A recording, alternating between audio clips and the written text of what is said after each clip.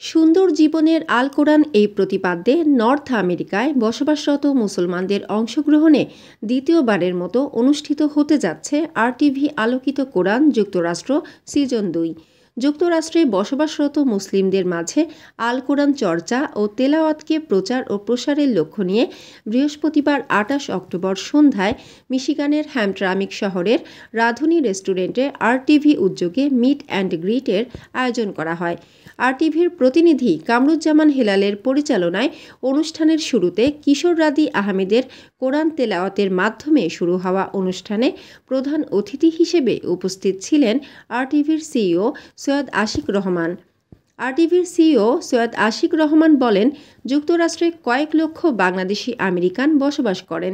তাদের ছেলেমেয়েরা প্রাতিষ্ঠানিক শিক্ষার পাশাপাশি আল কোরআন শিক্ষায় জড়িত হচ্ছে। তাদের কোরআন তেলাওয়াত অনেক সুন্দর ও শ্রুতিমধুর।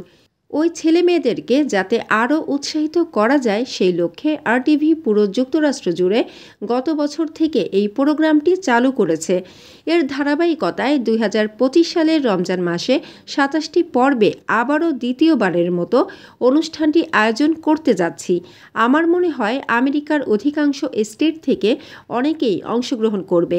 আমরা সিদ্ধান্ত নিব আগামীতে যাতে শুধু নিউ ইয়র্ক নয়, মিশিগান, টেক্সাস সহ অন্যান্য বাংলাদেশি অধ্যুষিত স্টেটগুলোতে চূড়ান্ত প্রতিযোগিতার অনুষ্ঠানটি আয়োজন করতে। এই অনুষ্ঠানটি সফল করতে আপনাদের সবার সহযোগিতা প্রয়োজন। সভায় আলোকিত কোরআন যুক্তরাষ্ট্র সিজন ২ নিয়ে আলোচনা ও দিক নির্দেশনামূলক বক্তব্য রাখেন মিশিগানে বসবাসরত ব্যবসায়ী, আলেম সমাজের নেতৃবৃন্দ সহ কমিউনিটির গণ্যমান্য ব্যক্তিবর্গ।